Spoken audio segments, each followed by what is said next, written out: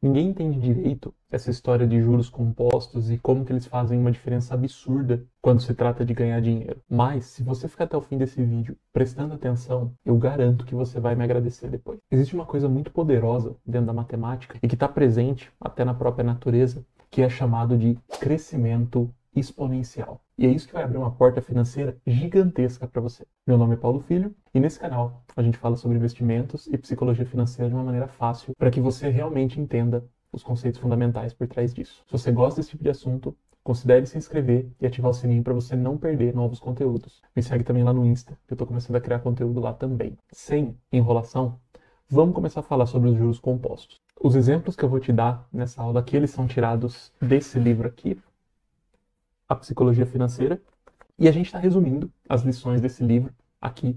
Esse é o 4º capítulo, mas se você não viu os outros ainda, não tem problema, que um não depende do outro. E para começar a falar desse assunto, a gente tem que começar a tratar 2 problemas muito sérios que tem na nossa cabeça. Primeiro, ela não sabe mais pensar a longo prazo. E segundo, ela não entende efeitos exponenciais de maneira fácil. Nossa, Paulo, mas o que você quer dizer com isso? Vamos supor que eu peço para você resolver essa conta aqui do lado. Você com certeza consegue. E consegue de uma maneira muito fácil. Agora, você não vai resolver de maneira fácil essa daqui. Talvez você até tenha resolvido porque eu te desafiei antes, mas concorda que foi um pouco mais difícil? A multiplicação, ela é mais difícil para nossa cabeça do que a soma. E isso acontece porque para somar, a gente precisa de um pensamento linear. Mas para multiplicar, a gente precisa de um pensamento exponencial. E, matemáticas à parte, não entender esse tipo de pensamento é o que acaba fazendo a gente não entender os efeitos dele. A curva exponencial, ela é mais ou menos dessa forma aqui. Não precisa lembrar muito dela, mas você precisa entender uma coisa. No começo dela, aqui nessa parte de baixo, mesmo você fazendo bastante esforço, o resultado demora para aparecer. E você tem que entender que isso tem tudo a ver com investimento. Investimentos, eles têm um comportamento exponencial. Ou seja, no começo, é muito difícil você ver os frutos do seu esforço. Às vezes você está se matando ali para guardar R$ 500, para investir R$ 300, e você não vê muito retorno disso. Mas no começo, é assim mesmo.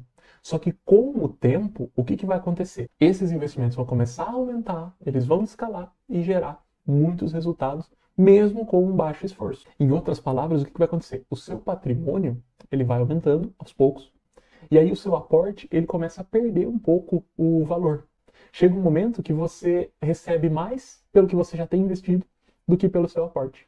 É aí que a exponencial começa a ficar mais fácil na nossa vida financeira. Só que aqui entra aquela outra coisa que a nossa cabeça não entende muito bem, o longo prazo. A gente não espera chegar o longo prazo. A gente está num mundo tão dinâmico que a gente quer as coisas para ontem.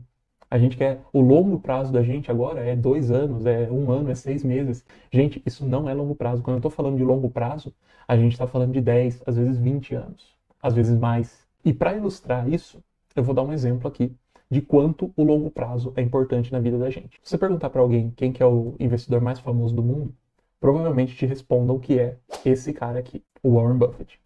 Esse senhor hoje tem 93 anos de idade e tem um patrimônio de 142,7 bilhões de dólares. É como se a cada ano de vida dele ele tivesse acumulado 1,5 bilhão. E com essa informação em mente, vamos fazer uma conta rápida aqui. Quando ele tinha 73 anos, ou seja, 20 anos atrás, se ele acumula mais ou menos 1,5 bilhão por ano, ele teria 30 bilhões a menos. Seria só multiplicar 1,5 por 20, o que daria um patrimônio de 112 bilhões de reais. Se eu continuar contando assim, aos 53 ele teria 82 bilhões, mais ou menos. E assim por diante. Só que esses números estão completamente errados.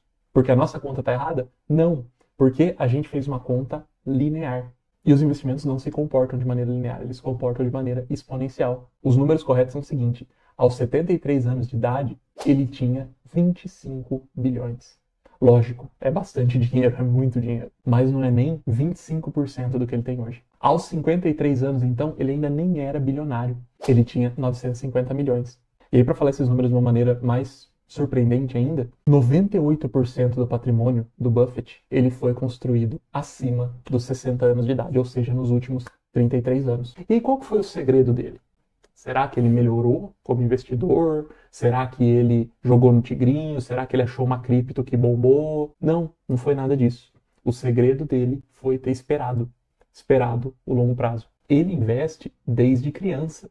Então, naquele gráfico da exponencial lá, ele está naquela parte onde ele não precisa fazer mais esforço nenhum praticamente, que as coisas já vão acontecer sozinhas. Ele deixou o longo prazo e a matemática ajudarem ele a construir esse patrimônio tão sólido que ele tem hoje. Porque quanto maior é o tempo dos seus investimentos, menor é o esforço que você tem que fazer. E a prova disso é que o próprio Warren Buffett fala que ele nunca conseguiu um retorno muito maior do que 15%, que a média de rentabilidade que ele atingiu ao longo da vida foi de 15% ao ano. Claro, tem anos que dá um pouquinho mais, tem anos que dá um pouquinho menos, mas uma média de 15% ali que não é nada muito fora da realidade que a gente encontra hoje, às vezes até na renda fixa aqui no Brasil. Para você ter uma ideia, se hoje a gente começasse a investir R$1.000 por mês a uma taxa de 30% ao ano, ou seja, o dobro do que ele conseguiu, a gente ia levar 64 anos para chegar no mesmo valor que o Buffett tem hoje. Mas então você pode estar pensando, poxa, então esse negócio de investimento é tudo furada. Se eu não ficar 64 anos investido, não vai adiantar nada.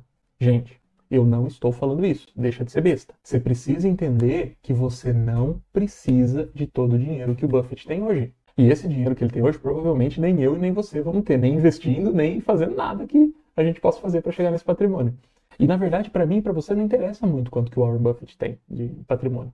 A gente tem que ter o que é suficiente para nós. E eu falo um pouco mais sobre isso no vídeo que vai aparecer linkado aqui no card. Depois não esquece de dar uma olhadinha lá para entender o que é suficiente para você. E o que eu quero dizer com essa conversa é que você tem que dar um tempo para os seus investimentos. A maioria das pessoas desiste logo no começo porque não espera tempo suficiente. E no começo pode parecer pouco. Às vezes você recebe lá R$30 de dividendos no mês.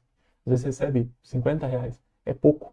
Mas se você continuar constantemente investindo, esses investimentos vão se solidificar e dar bons frutos. Os 30 vão virar 300, depois vão virar 3.000. Mas você tem que ter constância. E o que ajuda na constância é você ver que você vai progredindo todos os meses. Os retornos vão sendo maiores de maneira exponencial, não linear. E só mais um cuidado que você precisa ter. Você, claro, tem que dar um tempo para os seus investimentos crescerem e darem bons resultados, mas não pode ser um tempo onde você compra um negócio e esquece que aquilo lá existe. Você tem que fazer uma monitoria ativa do seu patrimônio. Você tem que escolher um lugar muito bom para investir o seu dinheiro e depois você tem que acompanhar essas empresas que você escolheu. Lembre que a gente tem que diversificar também, né, galera? E ver se esse investimento não perde os fundamentos ao longo do tempo. Então, não é simplesmente comprar uma ação e deixar ela lá para o resto da vida. Por mais que isso funcione em muitos casos, mas a gente pode fazer uma gestão muito mais ativa do nosso patrimônio. E se você quiser aprender a tomar boas decisões financeiras e aprender mais sobre finanças pessoais de maneira geral, considere se inscrever aqui no nosso canal, que a gente sempre está trazendo esse tipo de conteúdo para vocês. No mais, um abraço e até o próximo vídeo.